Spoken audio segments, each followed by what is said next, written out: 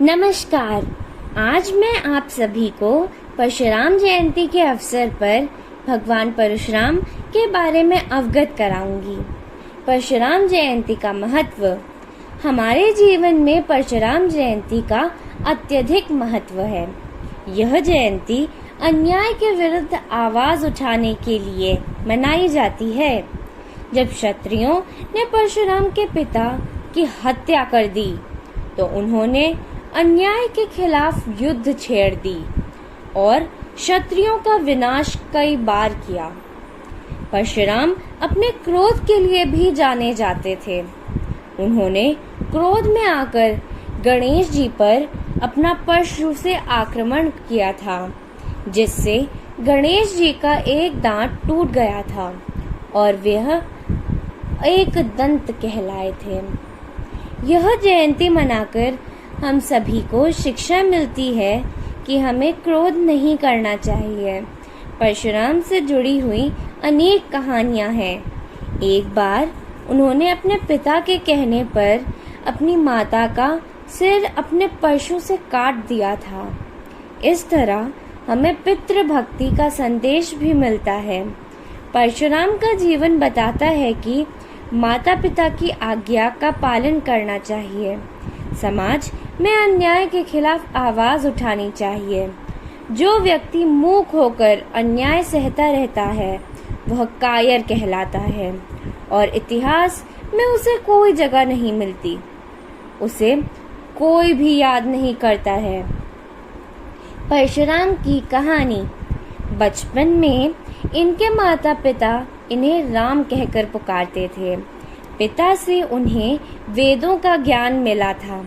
धनुर्विद्या सीखने के लिए राम अपने पिता के परामर्श पर हिमालय पर्वत चले गए और भगवान शिव की साधना करने लगे।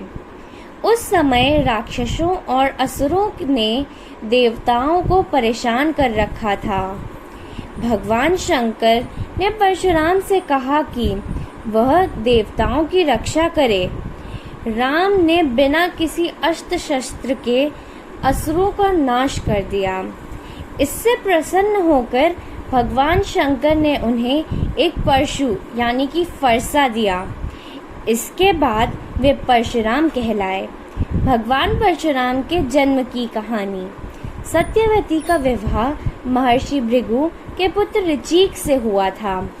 विवाह के बाद सत्यवती ने अपने ससुर महर्षि भृगु से संतान में एक पुत्र की इच्छा प्रकट की।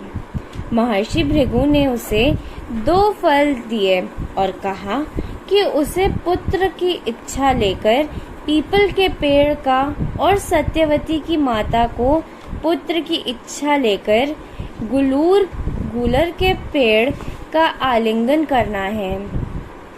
उसके बाद इस फल का सेवन करना है। परंतु सत्यवती की माता ने लालच में आकर दोनों फल बदल दिए और सत्यवती का फल खा लिया।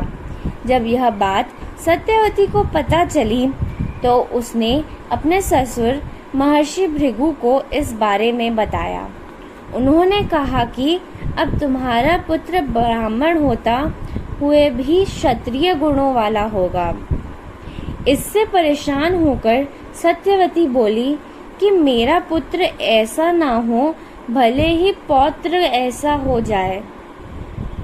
कुछ समय बाद सत्यवती ने महर्षि जमदग्नि को जन्म दिया और जमदग्नि के पुत्र का नाम परशुराम रखा गया। इस तरह परशुराम का जन्म हुआ था। और आप सभी को परशुराम जयंती की हार्दिक शुभकामनाएं। और ऐसी महत्वपूर्ण जानकारियों एवं जयंतियों के बारे में जानने हेतु इस चैनल को सब्सक्राइब करें और बेल आइकन पर क्लिक करें। धन्यवाद।